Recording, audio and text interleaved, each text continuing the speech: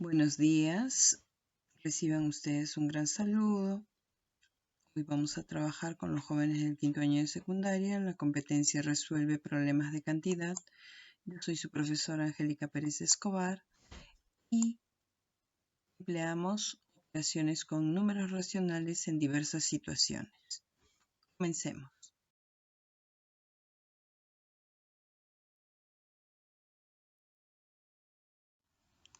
Día 3.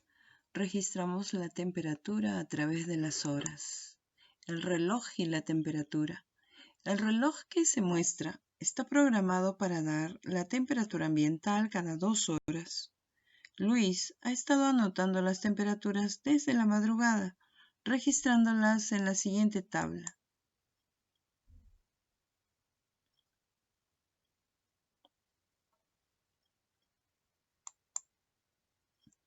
Aquí nos muestran las horas desde las 4, 6, 8, 10 horas y sus correspondientes temperaturas. A las 4, 15,4 grados centígrados, a las 6, 18,5 grados centígrados, a las 8, 26,6 grados centígrados, a las 10 horas, 32 grados centígrados. A partir de esta situación, respondemos. Nos dice, ¿cuál es el promedio de las temperaturas entre las 8 y las 10 horas? Para hacer la solución, recordemos promedio, suma en este caso, suma de las temperaturas y dividimos ese resultado entre el número de temperaturas que tenemos, en este caso 2. La temperatura de las 8 de la mañana, 26,6 grados centígrados y la temperatura de las 10 de la mañana, 32 grados centígrados. Hacemos la sumatoria. 58,6. Para sacar el promedio, como dije, sumamos las cantidades. 26,6 más 32 sobre 2, 58,6 entre 2. Tenemos 29,3 grados centígrados. Para recordar la división en decimales, completamos el decimal y tenemos la operación correspondiente.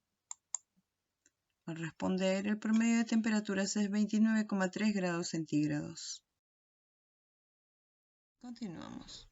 La siguiente pregunta nos dice, ¿entre qué horas se produjo el mayor aumento de temperatura?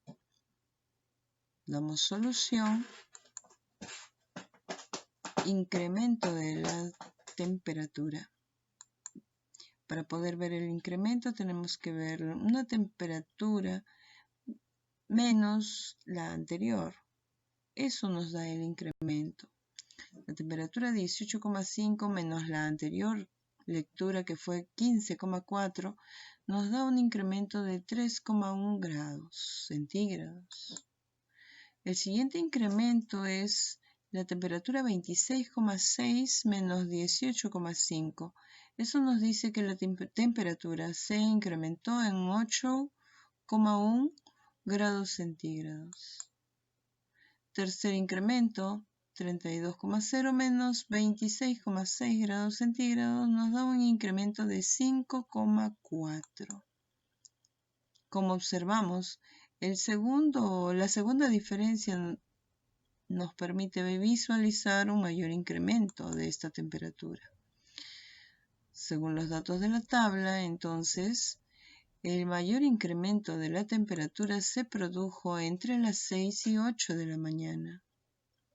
Entre las 6 y 8 horas tenemos un incremento de 8,1 grados centígrados. Tercera situación. Si se sabe que al mediodía la temperatura es el doble que la que se registra a las 6 de la mañana, ¿cuál es la temperatura mediodía? Temperatura de las 6 de la mañana son 18,5 grados centígrados. Temperatura mediodía será el doble, 18,5 por 2, 37 grados centígrados. La temperatura mediodía es 37 grados centígrados. Siguiente situación. ¿Habrá otros valores de temperatura entre las 8 horas y las 10 horas? ¿Qué pasaría con el promedio? Propon dos medidas más en el intervalo y observa qué pasa con el promedio. En la solución proponemos. Nos deja la libertad de proponer ciertas temperaturas dentro del horario entre las 8 y 10 horas. Proponemos las temperaturas de las 8:30 y 9 horas. Estos valores, para las 8:30, 28,8 grados centígrados y para las 9 de la mañana sería 30,6 grados centígrados. Se supone que al medir las temperaturas, estas van en aumento con el paso de las horas. Por lo menos esa es la tendencia en el intervalo desde las 8 horas hasta las 10 horas. Calculemos el promedio para ver luego qué pasa. Al hacerlo, sumamos las 4 temperaturas que hemos tenido en la tabla y la división entre 4. La sumatoria es de 118 entre 4, nos da un promedio de 29,5. El promedio ha cambiado definitivamente, aunque mínimo, pero verificamos que el promedio anterior fue 29,3 y el nuevo promedio es ahora 29,5. Si el promedio cambió, entonces, ¿cuánto cambió? La variación es 29,5 menos 29,3, una variación de 0,2. La temperatura promedio aumentó en 2 décimos.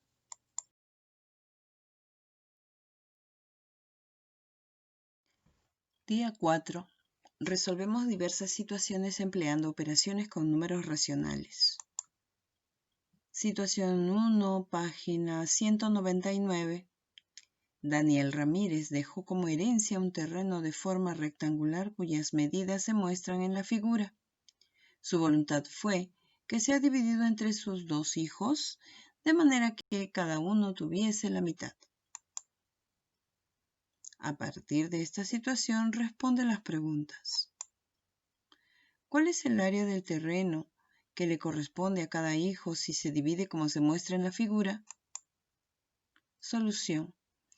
Al verificar el terreno, ¿cierto? Forma rectangular, largo 25,5 metros, ancho 13 metros. Al estar dividido en dos, tenemos que se forman dos áreas.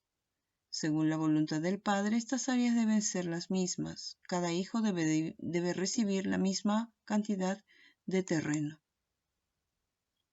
Al verificar las medidas, de acuerdo a la división de este terreno con la línea punteada, tenemos que el área 1 sería 12,75 metros por 13 igual 165,75 metros cuadrados. De igual forma, el área 2, 112,75 metros por 13 metros igual a 165,75 metros cuadrados. Según la voluntad del padre, ambas áreas son exactamente iguales. Sin embargo, una vez que hemos tenido las medidas, hemos hallado el área total del terreno. Este es 331,5 metros cuadrados. Entonces, también podemos verificar el área total dividida entre 2 nos da 165,75 metros cuadrados, que vendría a ser lo que recibe cada hijo como herencia de terreno. Siguiente situación. ¿De qué otra forma sencilla se puede dividir el terreno en dos partes iguales? ¿Cuáles serían sus dimensiones? A ver, se puede dividir.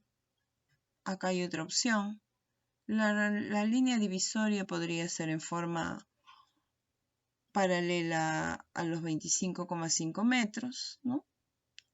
13 metros entre 2, 6,5 metros, 6,5 metros. Tendríamos un terreno un poco largo, ¿ya? Entonces, las áreas vuelven a ser iguales según el petitorio del padre. Estas áreas deben ser las mismas, cosa que cada hijo recibiría la misma cantidad de terreno. Solución. El área ahora se calcularía como 25,5 metros por 6,5 metros nos da un área de 165,75 metros cuadrados. Entonces, las dimensiones, como observamos, serían 25,5 metros de largo y 6,5 metros de ancho. Siguiente situación. Representa gráficamente otras formas de resolver la situación sin afectar la herencia.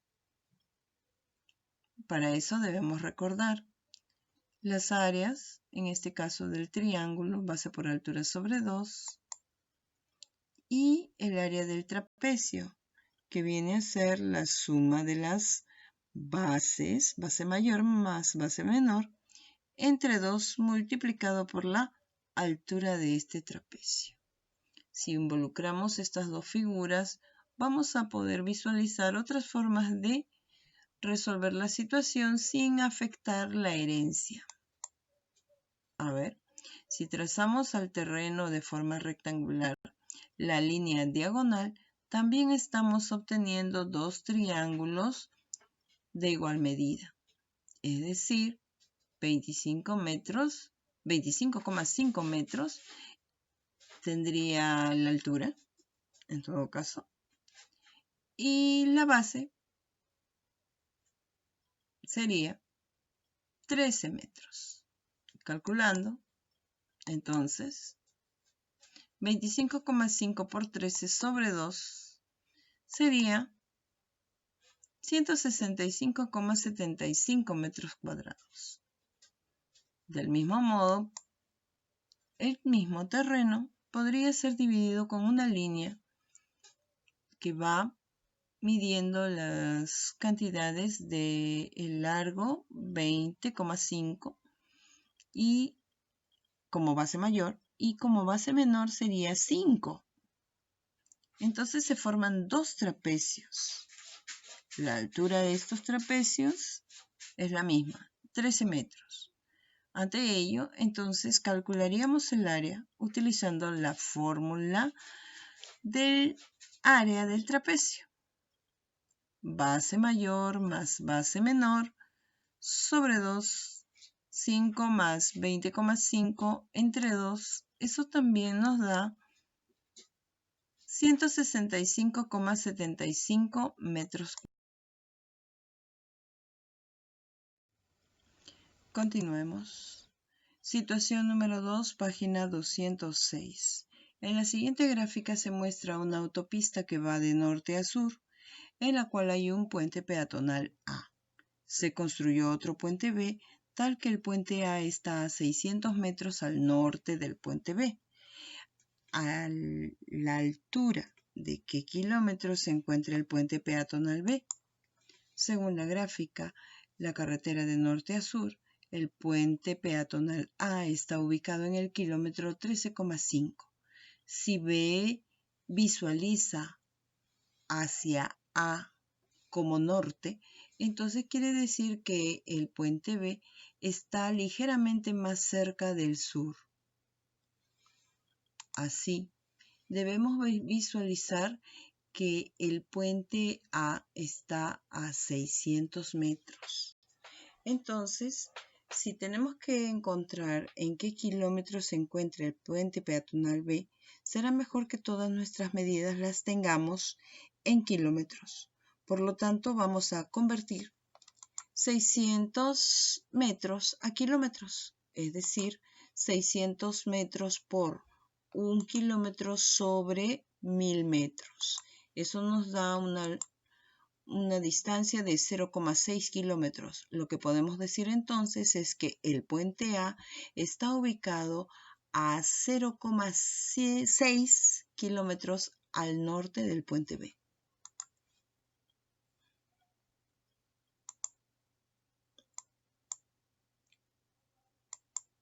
Tengamos nuestra gráfica ubicando ahora al puente B. La carretera norte a sur, el puente A, ubicado a sus 13,5 kilómetros de esta carretera. Y ahora visualicemos al puente B. Como habíamos indicado, B se encuentra algo más al sur, de tal modo que visualiza hacia A y hay una distancia entre estos dos puentes, ¿cuánto? 600 metros, pero ya hemos encontrado el valor en kilómetros, es decir, el puente A está a 0,6 kilómetros al norte del puente B. Veamos entonces que 13,5 más 0,6 kilómetros, ¿en qué kilómetros se encuentra el puente B? Será en el kilómetro 14,1 de esta carretera. El puente peatonal B se encuentra en el kilómetro 14,1 de esta carretera.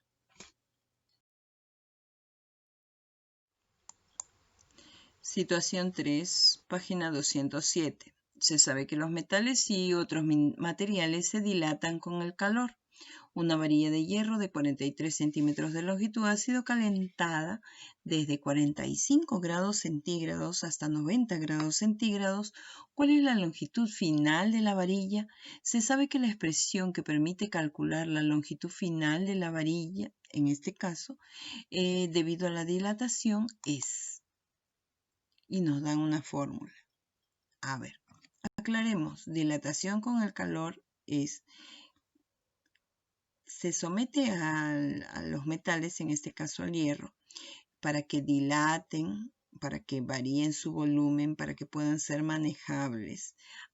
Se les somete a altas temperaturas. En este caso es una varilla de hierro y la quieren dilatar, por eso someten a esta a temperaturas altas, desde 45 grados hasta los 90 grados, pretendiendo modificar su forma. Entonces, por eso nos preguntan cuál es la longitud final de la varilla. Ahora, para eso hay una expresión que permite hacer ese cálculo y es la fórmula que ves en el recuadro. Ahora, no te preocupes, nosotros no estamos analizando el comportamiento de dilatación de la varilla. Lo que estamos realizando es el cálculo según los datos. Recuerda que nosotros estamos trabajando situaciones donde se involucra el uso de operaciones con números racionales. ¿Ya? Te voy a explicar los términos que intervienen en esta fórmula. Primero veamos nuestros datos. La longitud de la varilla es 43 centímetros. La temperatura a la cual someten a esta varilla es desde los 45 grados centígrados, temperatura inicial, hasta los 90 grados centígrados, temperatura final. Ahora, ese triangulito y la T, ¿cómo se lee? Se lee delta de T. ¿Y qué significa delta de T? Delta de T es variación de la temperatura, es decir, temperatura final menos temperatura inicial. En este caso, 90 menos 45 sería 45 grados centígrados. Se entiende aquí que la variación de la temperatura, que delta de T es 45 grados centígrados. Revisemos nuestra fórmula.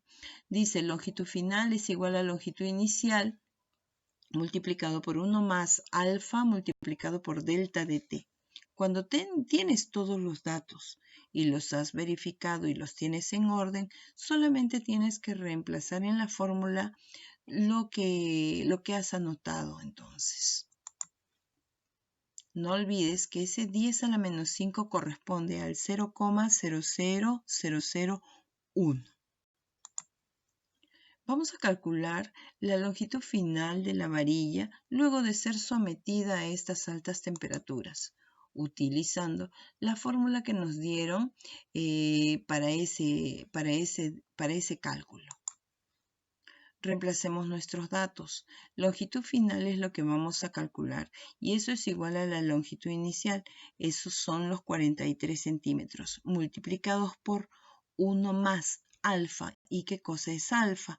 1,2 por 10 a la menos 5 multiplicado por delta de t. Delta de t ya lo hemos calculado. Eso nos salió 45. Como tenemos todo en orden, ya las unidades las dejamos, vamos a hacer el cálculo operativo. 43 que multiplica a 1 más, saltamos la multiplicación, 1,2 por 45, eso es 54, y entonces sería 54 por 10 a la menos 5. Entonces, longitud final de la varilla sería igual a 43 más 1, longitud final de la varilla sería igual a 43 por 1 más 54 por 0,00001. Y esto será longitud final de la varilla sería igual a 43 multiplicado por 1 más 0,00054. Hacemos la sumatoria del paréntesis y entonces el cálculo sería 43 que multiplica a 1,00054 y esa multiplicación nos da 43,02322. La longitud final de la varilla dilatada sería 43,02322 centímetros. Situación 4, página 207. Con los datos de la situación anterior, ¿cuál es la longitud final de la varilla de hierro si la temperatura disminuye desde 40 grados centígrados hasta 0 grados centígrados? Si recuerdas, en la situación anterior nos plantearon que la varilla era sometida a altas temperaturas, desde los 45 grados centígrados hasta 90 grados centígrados. Esta vez la situación es contraria, van desde los 40 grados centígrados hasta 0 grados centígrados. Veamos, pongamos nuestros datos para hacer los cálculos previos y tener los datos a mano. A ver, la longitud de la varilla son 43 centímetros. La temperatura inicial fue 40 grados centígrados y la temperatura final 0 grados centígrados. Entonces, el delta de T. El delta de T es la variación de la temperatura, como te dije, y si observas, corresponde a la sustracción temperatura final menos temperatura inicial, es decir, 0 menos 40 sería el delta de T igual a C menos 40 grados centígrados. Apliquemos la fórmula para el cálculo de la longitud final. Sería longitud final igual 43 multiplicado por 1 más el alfa, es decir, 1,2 por 10 a la menos 5 multiplicado por el delta de T, que sería menos 40. Realizamos la multiplicación, 1,2 por menos 40, y esto sería entonces longitud final 43 por 1 menos 48 por 10 a la menos 5. Desdoblamos ese exponente y colocamos el decimal correspondiente. Entonces vamos avanzando y tenemos que la longitud final sería 43 por 1 menos 0,00048, haciendo esa sustracción. Multiplicamos el resultado por 43 y finalmente obtenemos la longitud final, que sería 42,97936. La longitud final de la varilla es 42,97936 centímetros. Finalmente, situación número 5, página 208. En una competencia de velocidad, el atleta que va primero ha recorrido 560 metros desde el inicio.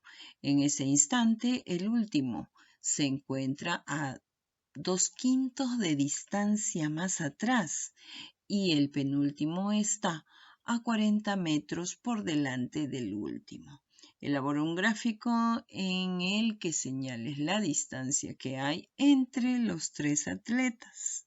Primero, como no nos dicen exactamente cuál es el orden, sino más bien hay una relación entre ellos, señalemos, nos dice, el primero ha recorrido 560 metros desde el inicio.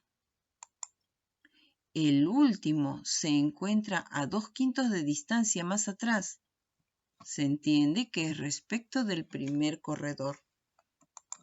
Y el penúltimo está 40 metros por delante del último. Entonces, esas relaciones vamos a tenerlas aquí, en la solución, antes de hacer el gráfico. El primero recorre 560 metros. Ahora dice, el último se encuentra a 2/5 detrás. Repito, se entiende que es respecto del primero. Entonces, 2/5 del primero sería 2/5 de 560. 2 por 560 sobre 5. Eso me da una cantidad de 224 metros. El penúltimo está a 40 metros delante del último. 224 menos 40 sería a 184 metros. A ver, con estos datos vamos a tratar de construir nuestro gráfico. A ver, tenemos el primer corredor A, tenemos el corredor B y tenemos las distancias. El primero y el segundo distan 184 metros. El primero y el tercero distan 224 metros. Entre el segundo y el tercero hay una distancia de 40 metros. A ver, completemos según el enunciado. El primero ya recorrió 560. Correcto. El último se encuentra a 2/5 de distancia más atrás. ¿Cuánto es el 2/5 de distancia? Son 224 metros. El último se encuentra a 224 metros del primero. Y el penúltimo, o sea, B, está 40 metros delante de este último. Si está 40 metros delante del último, está a 184 metros del primero. Muchas gracias, jóvenes. Será hasta un nuevo video.